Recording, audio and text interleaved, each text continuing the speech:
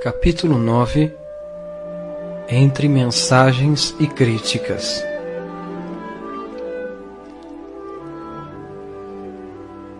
No mundo dos espíritos, porém, o trabalho de auxílio aos companheiros que estavam no campo das provações era bastante intenso.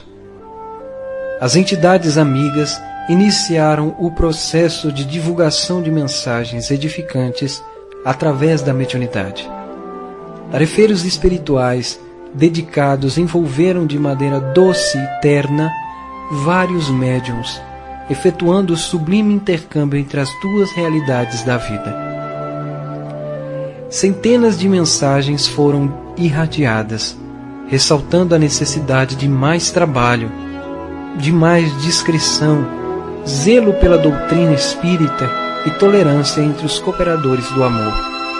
Os médiuns captavam as informações espirituais, cada qual com suas capacidades medianímicas, vestindo as ideias dos benfeitores com o próprio material mental, mantendo-se fiéis ao fundo das informações superiores. Todos os grupos receberam a visita fraterna das entidades amigas, estimulando-os e alertando delicadamente a respeito da necessidade de entenderem a casa espírita como verdadeiro templo onde o trabalho, a tolerância e a fraternidade precisam ser colocados em evidência.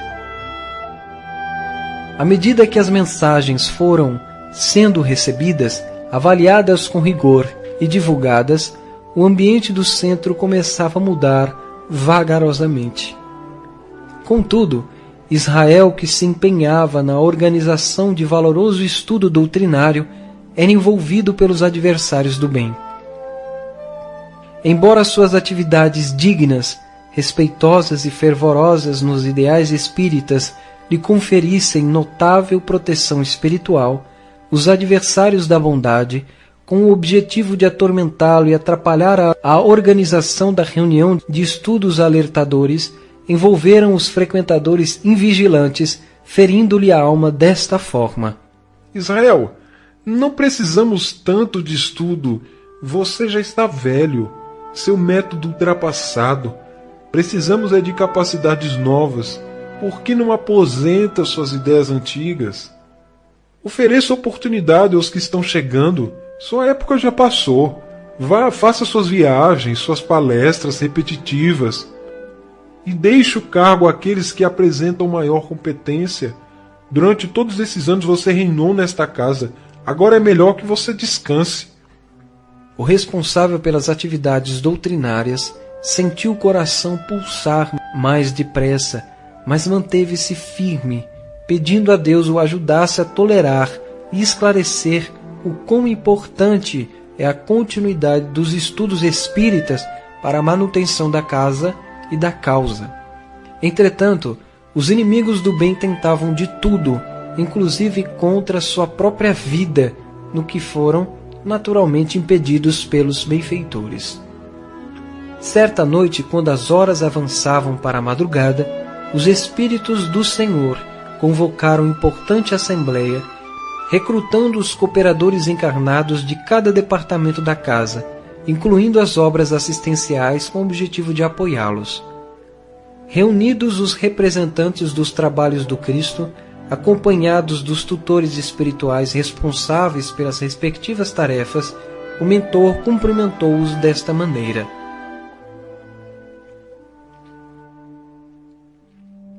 Queridos amigos e irmãos, neste momento delicado é necessário nos colocarmos em guarda.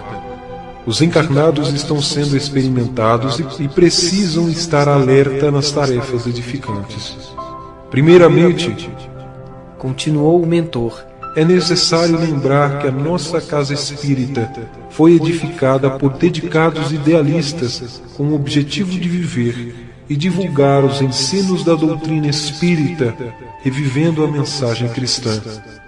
Não desconhecemos as dificuldades, não ignoramos os problemas. Confiamos, contudo, na proteção espiritual que brota do mais alto como chuva luminosa, inspirando e amparando todos os que trabalham com sinceridade na seara do Senhor. Entretanto, se somos representantes do Espiritismo, não podemos esquecer de valorizarmos a pureza doutrinária, colocando-nos à disposição para estudarmos e irradiarmos as verdades codificadas por Allan Kardec. Neste momento grave, prosseguiu o orientador iluminado, pelo qual passa a nossa casa, os adversários têm se valido das imperfeições humanas para semear a discórdia, implantar a competição entre os cooperadores e vigilantes, mexer com a vaidade, irritar os corações, desestimulando as realizações cristãs. Dessa forma, meus irmãos, somos todos responsáveis pela continuidade do empreendimento redentor.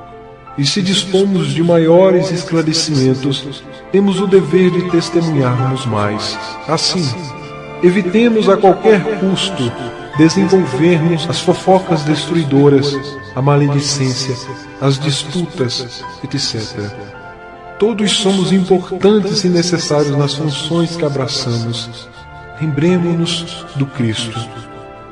Aquele que quiser ser o maior, seja o menor e o servidor de todos.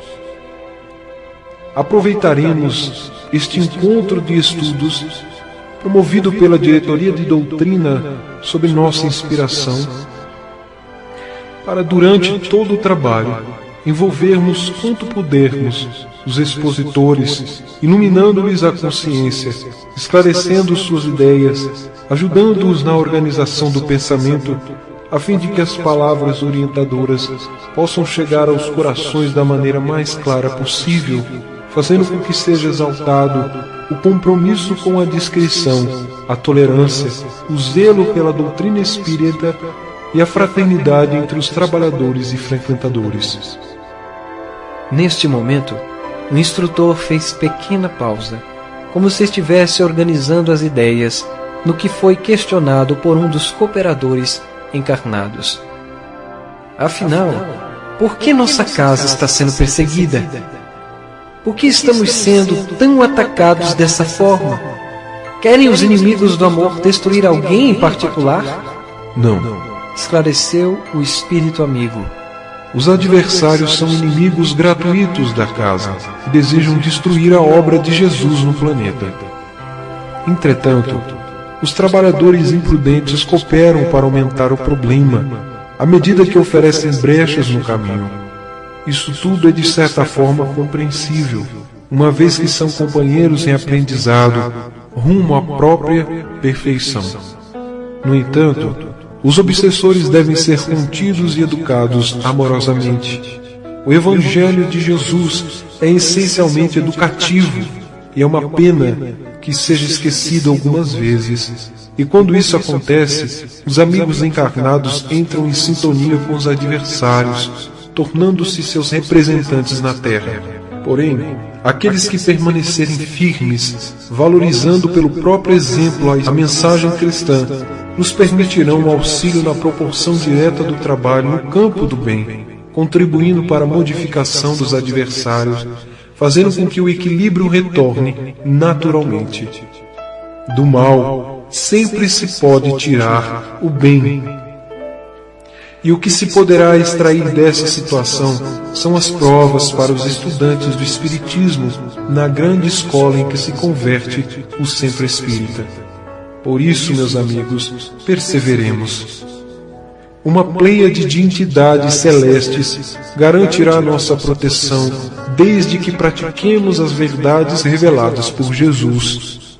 Assim, valorizemos as boas atitudes, estudemos e vivamos sempre a mensagem evangélica, evitando com isso as infiltrações indesejadas. Sendo a casa espírita um templo de trabalho e amor, é importante defendê-la da penetração das trevas no campo do nosso ideal. Procuremos seguir confiantes, na certeza de que o Senhor nos abençoa.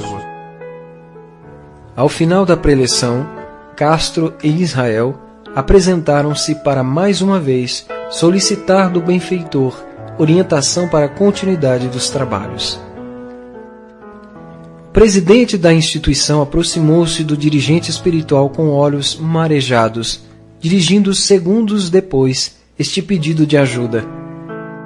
Caro amigo, temos recebido teu concurso há anos e, de fato, nos sentimos felizes e honrados pela oportunidade de serviço. Entretanto, minha alma está sofrendo. Não sei se vou aguentar mais esta vez. Meu coração está cansado. Tenho suportado intolerância e desequilíbrios. Por mais que se fale, solicitando viver os ensinamentos do Cristo, as criaturas permanecem renitentes, desejosas em ser o exemplo da irritação e da incompreensão. Já tenho feito tanto por esta casa, mas agora, meu amigo, confesso estar esgotado. Não aguento mais tantas reclamações. Nossa organização tem se demonstrado ineficiente para executar as tarefas mais simples. Os tarefeiros apontam dificuldade para os trabalhos de rotina. Durante anos militei firme, mas hoje o labor tem exigido muito de mim e, diante de tantos problemas, tenho pensado em desistir. Quem sabe realmente eu esteja velho. Talvez seja a hora mesmo de se aposentar. Oferecer a vez para outros, livrando-me das preocupações. Ouça, meu amigo querido, clamou o presidente. Diga-me, se puder, qual deverá ser a minha atitude. O benfeitor amoroso aproximou-se um pouco mais de Castro, envolvendo-o ternamente junto ao peito, falando-lhe desta maneira: A tua postura, Castro, deverá ser sempre a do homem de bem. Quem se dispõe a seguir Jesus deve estar consciente dos caminhos pedregosos, da cruz que carrega, e ao final da vida terrena estar preparado para o sublime sacrifício do Gólgota. O Cristo também não ficou livre da hora das trevas, a que se refere o Evangelho, ensinando-nos ser preciso suportá-la, para que a obra não se perca. Os adversários são igualmente nossos irmãos em humanidade, permanecendo simplesmente enganados quanto ao caminho das verdades eternas. Compreende-os por quanto puderes. São almas sofredoras, guardam angústias e dramas terríveis, querem se libertar dos erros, mas não encontram coragem. Trazem a consciência profundamente comprometida ante as leis universais e terão de enfrentar a inexorável lei da reparação. E se queres saber, tu mesmo já fizeste parte das hostes infernais. Quem de nós, peregrinando pelos caminhos da ignorância, não contribuímos para entravancar o progresso? Agora, que já caminhamos um pouco mais, é mister compreendermos aqueles que estão na escuridão, fazendo a nossa parte para retribuir à lei divina a mesma misericórdia de que um dia desfrutamos. Para alcançarmos o Éden da felicidade plena, é preciso sabermos nos compreender e tolerar, ajudando-nos mutuamente. O obsessor de hoje será o trabalhador do amanhã, num futuro que depende de cada um de nós, o anjo mensageiro do Senhor. Todos fazemos parte do rebanho de Jesus, e nenhuma alma deverá ser perdida.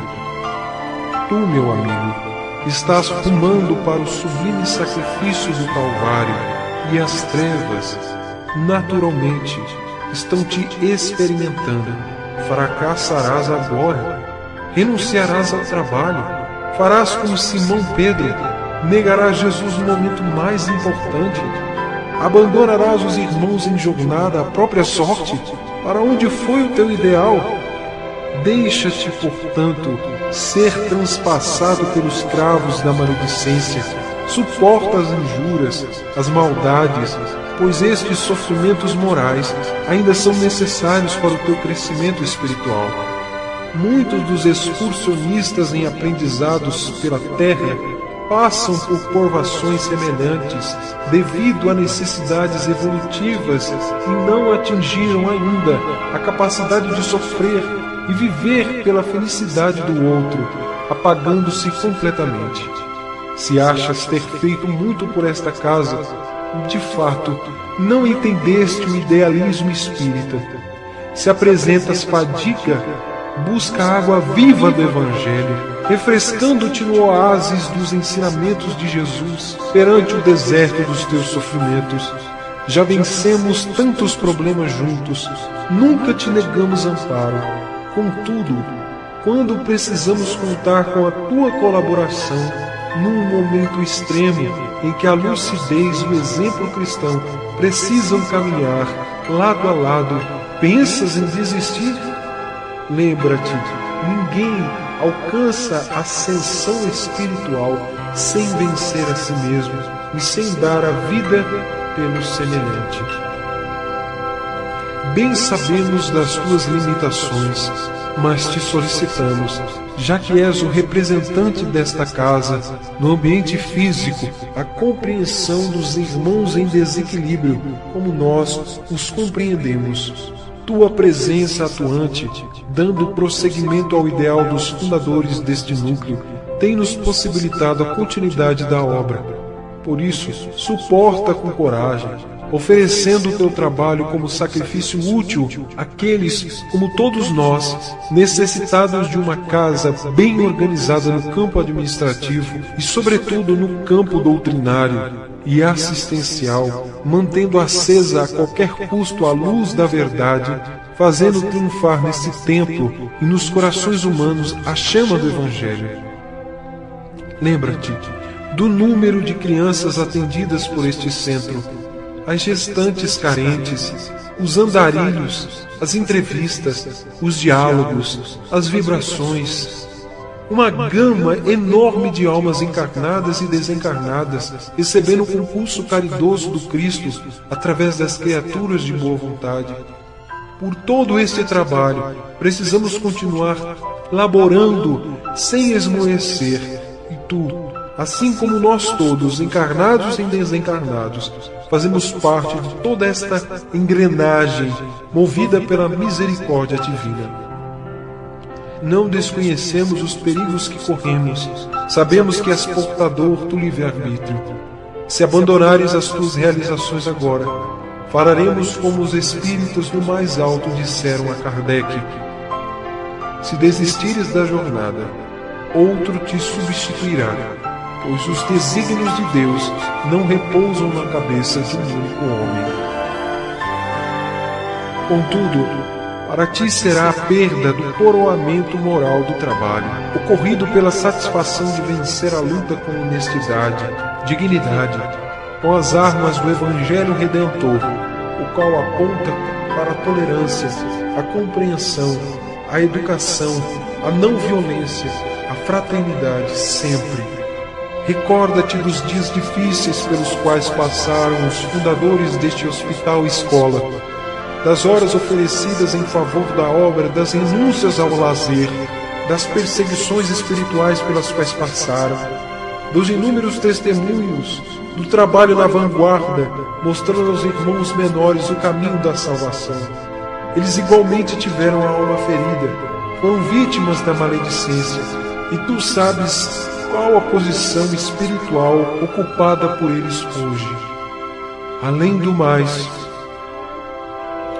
continuou o porta-voz da benemerência, nós te alertamos a respeito de não ser esta uma invasão comum. Igualmente te prevenimos sobre os sofrimentos pelos quais haveríamos de passar. Portanto, meu irmão, ouve a voz que vem do alto, solicitando a nós todos o sacrifício íntimo e benefício do semelhante. Continue em confiança na certeza de que quando voltares para a nossa esfera, terás a consciência tranquila por um trabalho bem cumprido. Continuaremos ao teu lado, inspirando-te ideias corretas para não te faltar a palavra consoladora e esclarecedora. Lembra-te, contudo, que os adversários do bem só se infiltram em nossa casa por encontrarem brechas nos trabalhadores encarnados invigilantes, explorando as dificuldades humanas, e para vencer este processo bastará sintonizarem com esferas maiores. Compreendemos a complexidade do caso. Sabemos que o teu coração às vezes é ferido pelas incompreensões, mas recorda-te, quanto maior o sacrifício, maiores os méritos. Diante disto, ergue a fronte, confie em Deus, sê um homem de bem e continua lutando pela caridade de maneira intrépida, pois tudo passa, só o bem permanece. Para vencermos esta luta, será preciso esclarecer os encarnados acerca da responsabilidade do trabalho na seara espírita, a importância de sintonias superiores, evitando espalharem o vírus perverso e destruidor das fofocas, prevenindo com a vivência do Evangelho as terríveis infiltrações. Castro chorava sensibilizado. Aquelas palavras firmes e caridosas despertaram-no para a tarefa, encheram-no de ânimo e confiança. Considerou que a função desempenhada por ele era necessária, e reconhecendo-se como servo pequenino, administrando um tesouro que pertence a Jesus, deixou de lado a autopiedade e decidiu-se por continuar, caminhando confiante na providência divina.